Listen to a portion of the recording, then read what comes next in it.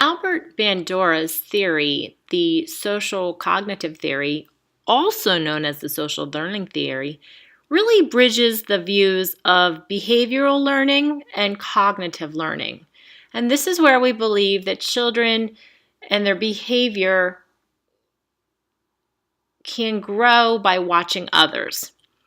Bandura believed that the consequences of people around them for actions that they are performing will shape a child's own actions. So the first component of Bandura's social cognitive theory is modeling.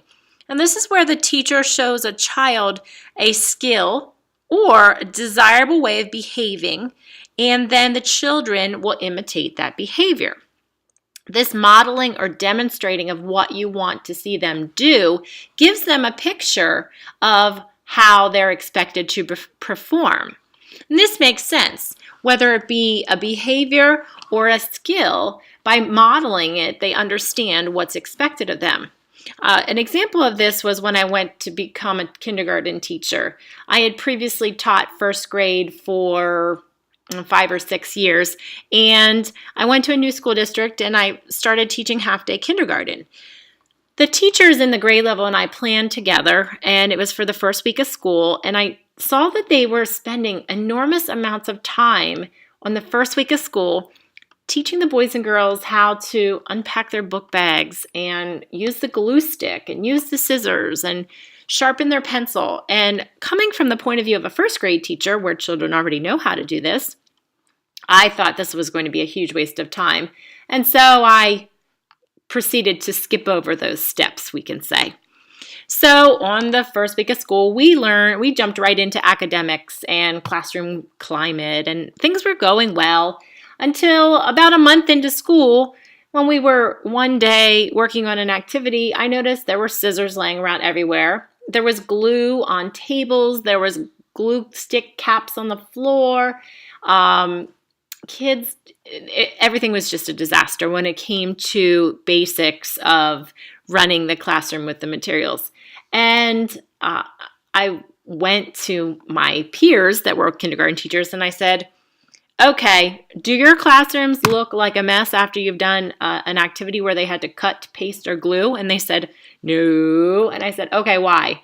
And they said, because we spent 3 days learning how to put the cap on the glue stick, learning how to put the glue stick back in your pencil box, learning how to sharpen your pencil, learning how to put your scissors back in your pencil box. The teachers took the time to model this specific skill, demonstrate, practice, and guess what? They didn't have to deal with it the rest of the year. And I, on the other hand, had to take the time and go back and redo that part. So we really need to set expectations through modeling what we want to see. The next part of Bandura's social cognitive theory is vicarious learning. And this is where students or learners watch others and see the effects of their behavior, and whether this person they're observing receives a reward or a punishment will shape their own decision making. And we see this all the time in a classroom. I can think of a positive example. All the time I would have boys and girls transitioning from the carpet back into their seats. It was something we did often. And you would have your rowdy group and you'd have your quiet group, no matter what.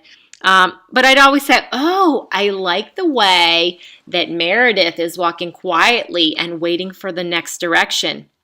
What do you think happened to the other boys and girls? All of a sudden, they get quiet and they want to be like Meredith. And they start to make their decisions based on that Meredith got a compliment. Then we have the opposite of that.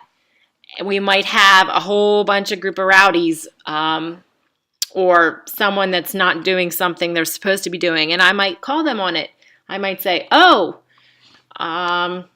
Fiona, you have a warning because you didn't put your name on your paper. Now, that's a little extreme. But guess what? Every child is going to look down at their paper and see, oh, is my name on my paper?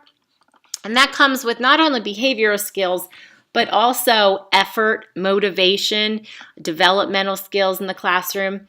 They will try to emulate what they see getting positively reinforced, and they will try to avoid anything that is getting a negative response in the classroom for the most part. And so this vicarious learning is an important tool you can use to shape your classroom experiences. Now, there's 4 parts to this theory for it to work in Albert Bandura's eyes. So the first one is we have to have the attention of the learner. And this is pretty much common sense. If your learners aren't paying attention, all of this is going to go out the wayside. So we have to make sure how we're going to motivate them and get them interested in whatever's happening. This is why we have openings to our lessons that are exciting and engaging, because we want them to call attention and be engaged themselves. The next part is retention, and this is a phase of the process where the teacher is modeling the behavior and letting them practice it.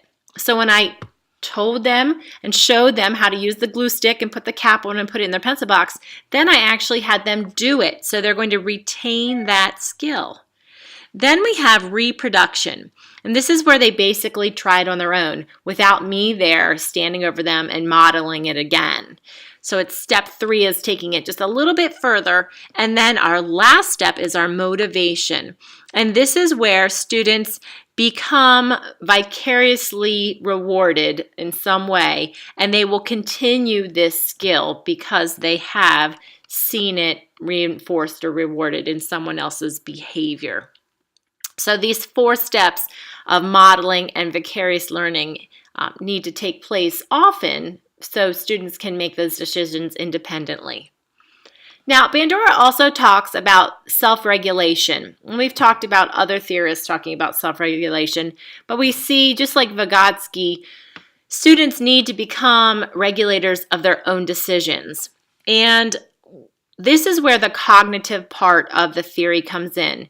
When a child has that vicarious learning experience, that they have seen someone making a good choice or making a bad choice, and they have to internalize that and take it into their brain and process and say, do I want the reward or do I want the consequence?